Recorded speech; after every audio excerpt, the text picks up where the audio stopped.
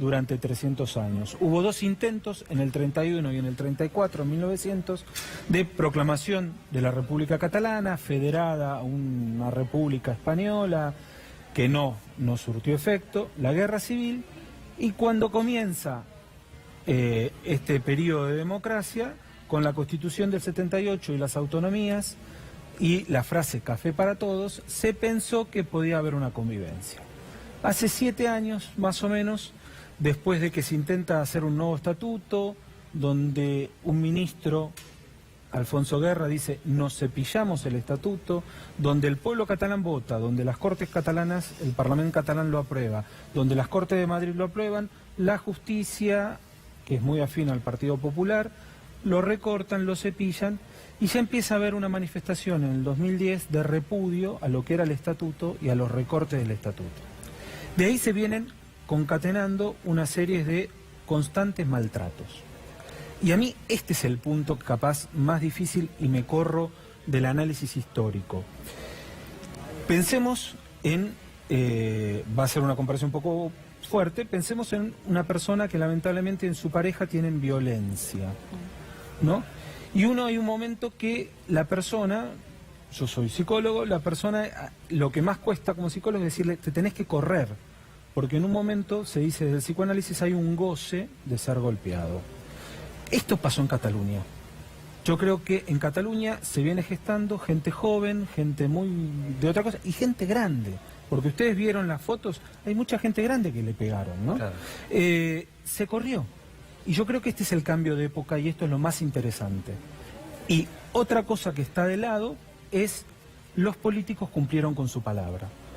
La independencia nace de la gente, nace de grupos del pueblo, por eso el pueblo fue a defender las urnas, no las fueron a defender los políticos, fue el pueblo a defender. Si ustedes tienen tiempo de leer cómo fue que las urnas llegaron a Cataluña, es de James Bond, llegaron a Francia, de Francia fueron entrando despacito. Las compraron a Alibaba, el sitio web, como el Amazon, pero que se compra en China, desde Francia. Desde Francia acá, y la gente las tenía en su casa escondidas. Esperaron a las 6 de la mañana para ir la yaya, la abuela, con la urna ahí, con la... O sea, una complicidad popular que eso es difícil de entender desde acá. Es decir, y yo creo que esto es lo más importante, al margen de que si se da o no se da la independencia. Es decir, una sociedad que en paz transversal, hay un montón de argentinos que apoyan, hay un montón de colectividades que apoyan esto, no solo los catalanes propiamente originarios, y la gente que reclama, quiero otro trato, me harté del maltrato, me harté de que me digan polaco, me harté de que diga el ministro de Educación, vamos a españolizar a los catalanes. Es un constante maltrato, es decir, y eso vimos, y eso para mí es la clave, es decir, la gente con las manos levantadas, y cuando uno está con las manos levantadas, pacíficamente, sin generar enojo, es porque es que sabe lo que querés. Pero en esa analogía que hacías vos, ¿no? Con una situación de violencia intrafamiliar y en este hipotético goce de ser golpeado o que hay en esa relación casi enferma o enfermiza, de hecho, ¿no hay cierto miedo para algunos catalanes en qué puede venir después de tomar ese gran paso? ¿Cuál puede ser la consecuencia? A ver, el miedo está en todos, el miedo está en todos, pero está claro que lo que sea va a ser mejor que esto, porque salís de esta situación. El pedido es, tratémonos de igual a igual. Si Cataluña te da el 22% del PBI y vos le devolvés el 11%, si aparte decís que vas a españolizar a sus hijos, y aparte decís que me río de tu idioma y me río de tus costumbres, hay uno de los videos que es muy fuerte, que es en un pueblo de España, la Guardia Civil yendo a Cataluña, a domesticar a los catalanes. Y la gente le decía, a por ellos, a por ellos. O sea, ya de los dos lados hay un no sentirse parte de un algo común. ¿Cómo haces? Acá eso, hay ¿no? un tema legal, pero la parte legítima nos quedó clarísimo. La explicación que has dado respecto a por qué muchos catalanes se quieren independizar nos quedó clarísimo. Ahora, ¿cómo se hace? Porque algunos lo comparan con lo que hizo Gran Bretaña con Escocia, que votó en un referéndum, ganaron los escoceses que se querían escindir del Reino Unido y punto. Pero en ese caso había un acuerdo, era Gran Bretaña diciendo, bueno, elijan. Y los escoceses dijeron, bueno, gracias, y votaron. Acá el gobierno central considera que no están dadas las condiciones legales para que se haga ese plebiscito. Entonces, ¿cómo haces para contar los votos, para cuantificar cuántos se sienten maltratados y cuántos dicen, bueno, yo sigo? No se pudo. A ver, estás hablando de Quebec, que también pasó, de Gran Bretaña, que tienen otro estilo de ejercer la democracia. O sea, acordémonos que cuando Argentina se independiza no fue ni por una votación, aprovechó una cosa y nos corrimos y nos corrimos. Sí, una revolución. Nos corrimos y nos corrimos. Esta también es una revolución, lo que pasa es que la llamamos la revolución de las sonrisas. Claro. Y lo más violento que hacen los catalanes es hacer chistes irónicos. No, y son otras épocas también, porque en el siglo XIX era una revolución, ahora siglo XXI una revolución no es igual de visto que en el siglo XIX. Pero igual uno esperaría... Lo digo a favor de los catalanes esto, ¿eh? Pero igual uno esperaría que, dadas las imágenes de ayer, que la Unión Europea sea más contundente, porque no se olviden que la Guardia Civil es policía militar. Y el artículo 7 dice claramente que si un Estado maltrata con el ejército a sus ciudadanos, tiene que ser sancionado o echado de la Unión Europea. Y la Unión Europea se está haciendo el gil. Es decir, acá estamos en una crisis muy interesante. No es solamente una crisis que los catalanes se quieren independizar. Hay una crisis de legitimidad. Vos lo que decís del referéndum, yo te digo, Rajoy tiene 700 casos de imputado de corrupción. No me puede hablar de legalidad un presidente con 700 casos de corrupción. Sí, Naciones Unidas salió hoy a pedir explicaciones respecto a la represión ayer, etcétera. O sea, claramente si hubiera habido voluntad política por un referéndum, se había. Hay que modificar la Constitución. Cuando el establishment, la Troika, pidió modificar la Constitución para salvaguardar el tema económico, lo hicieron claramente en una noche el PP y el PSOE. Danos un segundo. Mauro Albornoz. Guille, sí, el escándalo por el referéndum también se vivió en las redes sociales. A 45 minutos de que comience oficialmente el referéndum, la Guardia Civil bloqueó el sistema informático del Censo Universal. Cada persona que se acercaba a votar tenía que hacerlo con su documento. Desde el colegio electoral se verificaba que se trate de la misma persona y luego en este sistema de censo. Pero lo cierto es que en la mayoría de los colegios electorales no había internet, lo que ocasionó que haya varias personas que hayan votado en reiteradas oportunidades, en el mismo colegio y en otros, ¿no? Acá lo estamos viendo en imágenes porque los diferentes votantes justamente lo subían a las redes sociales. En principio, obviamente, se debía a una falla que, obviamente, el Ministerio de Interior, a través de Twitter, confirmó que se trataba del gobierno central, que estaba intentando evitar que se lleve adelante este referéndum. Las imágenes de las personas votando en diferentes colegios se empezó a viralizar en las redes sociales y las denuncias de irregularidades se empezaron a multiplicar. Inclusive se vio en un momento cuando un video se ve claramente, ahora lo vamos a ver en pantalla, una persona estaba trasladando una urna, ahí lo estamos viendo, y se cae, ¿no? En ese momento se ve como los votos se empiezan a desparramar en la calle y la gente lo iba juntando para después ponerlo en la urna, lo que generó también que algunos cuestionen las medidas de seguridad que se estaban llevando a cabo mediante el proceso electoral, sumado a que estaba lloviendo y según la ley del referéndum, justamente esta ley establece que el voto tiene que estar sí o sí dentro del sobre. En los videos que empezaron a circular en las redes sociales se podía ver que claramente no estaban dentro de los sobres y por otro lado la ley del referéndum establece concretamente que una persona no puede estar en varios colegios votando al mismo tiempo como estaba ocurriendo y por eso es que se empezó a multiplicar los mensajes a través de las redes sociales. Desde diferentes partidos relacionados a favor del referéndum lo que decían claramente era una maniobra por parte del gobierno central para afectar efectivamente al referéndum con medidas con este tema. Y uno de los puntos centrales tiene que ver con los mozos. Era una de las grandes incógnitas cómo iba a actuar aquellos oficiales catalanes que tenían la orden de la Fiscalía y del Tribunal Supremo de Justicia de impedir el referéndum. Pero de todas maneras ellos dejaron que los votantes ingresen a los colegios y el video de ellos llorando, quebrando en llanto, se empezaron a viralizar justamente también a través de las plataformas digitales porque se los ve consternados ante la difícil situación de tener que por un lado cumplir con la orden del Tribunal de Justicia de no llevar a cabo el referéndum, pero por otro lado el pueblo estaba en medio de un proceso electoral y justamente los videos se viralizaban en las redes sociales. Claro que la discusión va por todos lados, la pregunta que uno se hace es si avanza, si la postura se mantiene, si la distancia con el gobierno central definitivamente es mayor o se fractura. ¿cómo sigue? Digamos, ¿cuáles serían los próximos pasos? ¿Cómo nos imaginamos los próximos meses? Primero me gustaría aclarar parte del informe. Hoy el Estado español está haciendo toda una campaña de bajar todos los videos de maltrato. Estos videos salieron hoy, está jugando el Estado español, es decir, el Estado español claramente hizo un juego político que a nivel internacional no le salió bien, pero a nivel nacional le salió perfecto.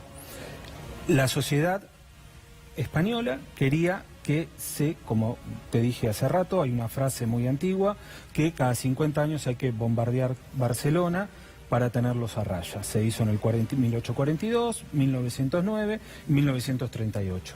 Es decir, hay una costumbre eterna de maltrato, por eso yo te decía del tema de correrse. Hoy en día están jugando en las redes, empezó a jugar con las redes, con las prohibiciones y todo, porque se dieron cuenta que la cuestión mediática, el gobierno español lo perdió. El vocero de la Unión Europea no sabe cómo responder a los periodistas porque no están poniéndole freno a este maltrato. ¿Por qué lo hizo Rajoy? Claramente es una cuestión interna electoral. Rajoy sabe que Cataluña se va.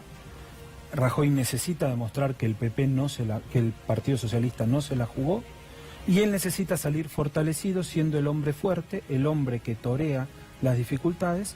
¿Por qué? Porque si no se le van a venir 700 casos de corrupción. Pero vamos a la pregunta, ¿cómo te imaginas los próximos meses? A ver, para mí no hay una posibilidad de vuelta atrás.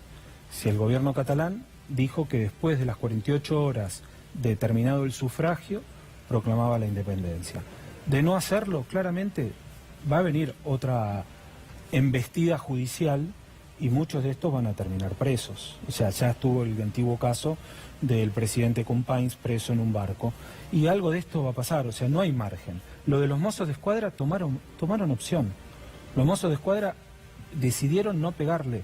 Acuérdense que hubo 7 manifestaciones de más de 1 millón de personas donde no se rompió nada durante 7 años y donde no hubo necesidad de intervenir los mozos de escuadra. De los 11 de septiembre, famoso, los 11 de ¿no? septiembre, la cadena humana. Acá hubo 3 barcos, 3 cruceros con 10.000 efectivos. Y en un pueblo muy pequeño, espero no equivocarme el nombre, Calella, ayer los mozos de la Guardia Civil salió a pegarle a la gente que manifestaba en contra de ellos. O sea, hay una virulencia de esta gente, y circuló un audio de un guardia civil: si estamos esperando la orden para que se queden quietitos, y si no, los vamos a poner a raya a fuerza de goma. No tienen problema. Es decir, esto para mí es un quiebre social. Esto es un quiebre social. Yo no sé si se puede volver atrás. No sé cómo se puede volver atrás. Porque volvemos a lo mismo. ¿Quiénes son los del no?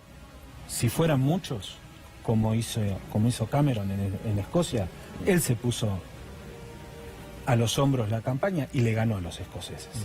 Si supiera Rajoy que los del no son mayoría, hubiera dejado votar. Gringo, habló Gerard Piqué. Sí, que no la está pasando bien. Incluso hoy se lo esperaba con mucha expectativa en el entrenamiento de España. La selección de España el viernes juega con Albania y Piqué se muestra muy triste. La policía tuvo que retirar algunos carteles que le pedían que abandonase la selección de España. Pero esto es lo que decía Gerard Piqué ayer, luego del partido entre Barcelona y Las Palmas. Bueno, les mando el mensaje de que cuando se vota, se puede votar que sí, se puede votar que no y se puede votar en blanco, pero se vota. En este país durante muchísimos años se vivió el franquismo, la gente no podía votar, y creo que esto es un derecho que hemos de defender con todas las de la ley, ¿no? Soy y me siento catalán, y esto es algo que hoy más que nunca me siento orgulloso de la gente de Cataluña, porque creo que se ha comportado maravillosamente como estos últimos 7 años en los cuales no ha habido ninguna...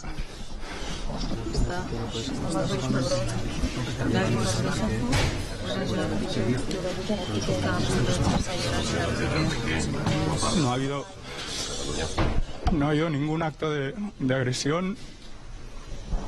Y han tenido que venir la Policía Nacional y la Guardia Civil para pues, actuar de la forma que han actuado, ¿no? Creo que puedo seguir yendo a la selección porque de verdad creo que hay muchísima gente en España que está en total desaprobación con estos actos que han sucedido hoy en Cataluña y que de verdad creen en la democracia. Si no, no iría. Pero también os puedo decir que si el míster o cualquier persona de la Junta, de la Federación, perdón, cree que soy un problema o que molesto, no tengo ningún problema en dar un paso al lado y dejar la selección antes del 2018. ¿Entiendes que...? Ahí estaba el marcador central de Barcelona, que va a jugar por la selección de España los próximos partidos. Tiene el respaldo de todos los compañeros de la selección roja. La trama del partido de ayer, frente a Las Palmas, con victoria de Barcelona a puertas cerradas, fue la siguiente. En un momento, Barcelona pide postergar el partido. Tebas, que es el hombre fuerte de la Liga Española, muy madridista, decide no permitirle a Barcelona suspender el partido. Lo amenaza con perder 3 puntos y además 3 puntos más como castigo, como multa. Llega al vestuario el presidente de Barcelona, reúne a todo el plantel y le dice: señores, tenemos que jugar el partido, porque dentro de un tiempo, si perdemos la Liga, nadie va a recordar este momento y son 6 puntos que probablemente no podamos descontar, apuntando pura y exclusivamente a lo deportivo. Había un grupo de jugadores encabezado por Gerard Piqué que, como consecuencia de lo que estaba sucediendo en la ciudad de Barcelona, en Cataluña, no quería jugar el partido, de ninguna manera. Se levantó Iniesta, otro de los referentes de Barcelona, y dijo: bueno, nosotros aceptamos jugar el partido, pero son ustedes, y lo señala el presidente, la dirigencia, la que tiene que poner la cara, la que tiene que hacer declaraciones y la de manifestar que nos obligaron a disputar este partido. Alguien por ahí lo consultó a Messi también. Messi no opinó. Fiel a su costumbre, no se quiso meter. Él entiende que no es su historia, que nada tiene que ver con esto, y en definitiva el partido se terminó disputando a puertas cerradas con victoria de Barcelona. Bueno, o algunos de los aspectos, ¿no?, que quedan pintados con todo esto, que evidentemente atraviesa mucho más el sentimiento de las personas de lo que uno a la distancia puede imaginarse. Sí, es muy importante también ver cómo Hong Kong, cuando se debatía si seguía siendo parte o no, se sentían chinos. Se sentían chinos, por eso dejaron de ser parte del Estado inglés. Pasa que debe haber también como un horror vacui, ¿no?, como un horror al vacío frente a esa situación que viene dándose de una manera. ¿Qué es lo que puede suceder después? O lo que te preguntaba Guille, ¿cómo puede implementarse? A ver, ¿Y cuánto tiempo va a llevar en tal caso esa posible independencia? Se supone que después de terminar el reconto de los votos, la ley de transitoriedad dice 48 horas, declaración unilateral de independencia. Y el presidente Puigdemont, ayer a la noche, cuando habló con todo el gobierno en pleno, lo volvió a reiterar. Es cuestión de que se terminen de contar los votos, se están por contar los votos de la Cataluña exterior, y ahí se verá qué se hace. Ahí se verá qué se hace. Respecto a justamente los votos, ¿no? Esa es la parte difícil, porque los motivos quedaron clarísimos. Desde el comienzo de la entrevista todos hemos entendido por qué muchos catalanes quieren independizarse de España. Ahora, muchos en sus casas dirán: bueno, ¿por qué no votan y listo? La votación de ayer fue completamente irregular, o sea, por más que gane con el 90%, como aparentemente ganó la opción del sí, o sea, sí independizarse, muchos dirán: bueno, pero quienes fueron a... Bueno, muchos no. Rajoy, el presidente español, dice: quienes fueron a votar básicamente porque querían independizarse. Hay una inmensa mayoría que quiere que Cataluña siga perteneciendo a España y que no fue a votar. Ese es el argumento de Madrid.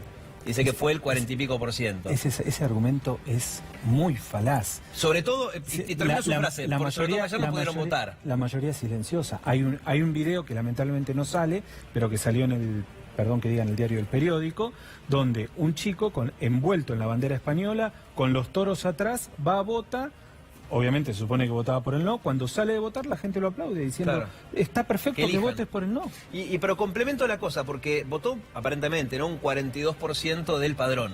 Claro. Que es mucho, teniendo en cuenta que era muy difícil llegar a un lugar en donde votar, ¿no? Ya eso habla muy bien de la rebeldía de los catalanes ante la decisión de Madrid.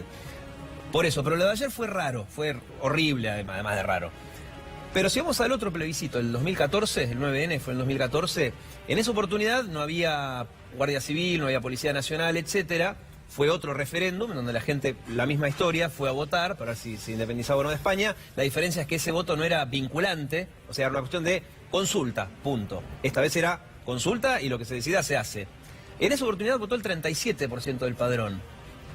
¿Por qué tan poca gente fue a votar en esa oportunidad en la que no había policía que lo impida? Porque realmente la cosa fue increyendo, o sea, la violencia del Estado central hacia Cataluña fue increyendo, o sea, vos calculás que te pones de acuerdo en un plebiscito de vuelta, lo repetimos, jugamos de vuelta, la segunda chance lo hacemos en 15 días, vota el 67, el 80% del población, del padrón. A ver, el informe que dio un día antes un diario británico dijo que votaba el 62% del padrón y que la mayoría podía estar entre un 70 y un 80% a favor del sí. Es decir, ayer fue atroz. Y por otra cosa te cuento, la incorporación de España a la Unión Europea la votó un 42%. Claro. Es decir que el famoso piso, en este caso, no es tan importante. Nosotros tenemos la mentalidad argentina de vota el 75. Exacto. No. Es importante ese dato. A mí me gusta volver al punto cero, porque para nosotros que vivimos en América es difícil comprender la historia de los pueblos en los territorios donde los pueblos son milenarios y donde son anteriores a las fronteras modernas. Para entenderlo lo más sencillo, para alguien que vive en América, donde los mapas quedaron constituidos en los 1800 o finales del 1700 y así quedaron, que si vos seguís la historia europea, esos mapas se han movido una y otra vez a partir de guerras y conquistas, reconquistas y negociaciones políticas. De hecho, ha pasado un extraordinario movimiento en los últimos 30 años con la caída de la cortina de hierro y el resurgimiento de viejos países con sus viejas culturas y sus propios idiomas. Esto es lo que está pasando en España, básicamente con Cataluña. Ni más ni menos que eso. Y tiene que haber una puerta para la negociación política que no sea mandarle a la policía, digamos, eso está claro.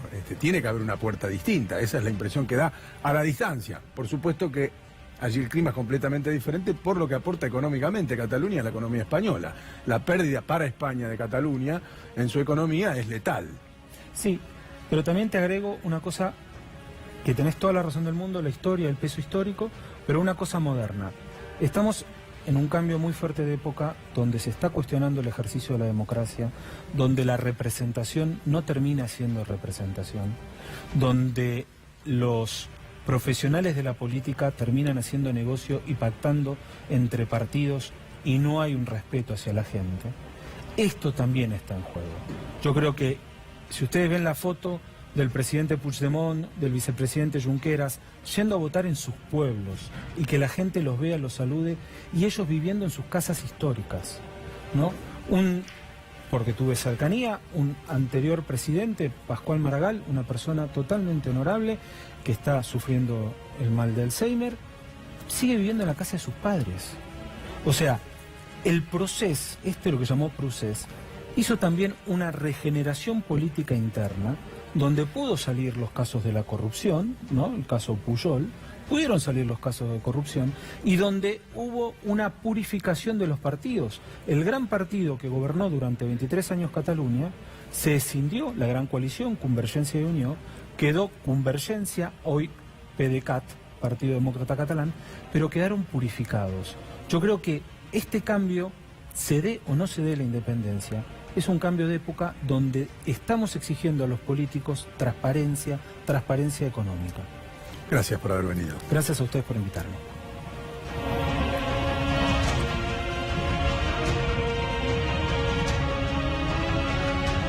El cambio es la gente.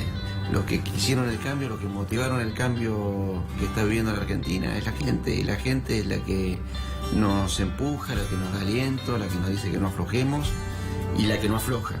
En equipo somos todos los argentinos. Sigamos cambiando juntos. Cambiemos. Alborniz y Cantar, candidato a diputado nacional por Santa Fe. Cambiemos, lista 505. Uñac con todos, la voz de todos los sanjuaninos en la nación. Frente Todos 502. Rubén Uñac, candidato a senador nacional por San Juan. Gualberto Allende, candidato a diputado nacional por San Juan. Decidimos poner los problemas en el centro y juntarnos para solucionarlos.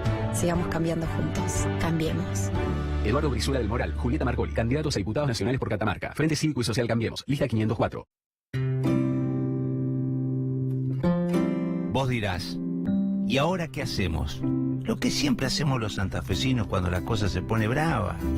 Nos unimos y la sacamos adelante, como sea. Pudimos con tanto, ¿cómo no vamos a poder contra un ajuste? Si tenemos la fuerza hasta para empujar un país entero.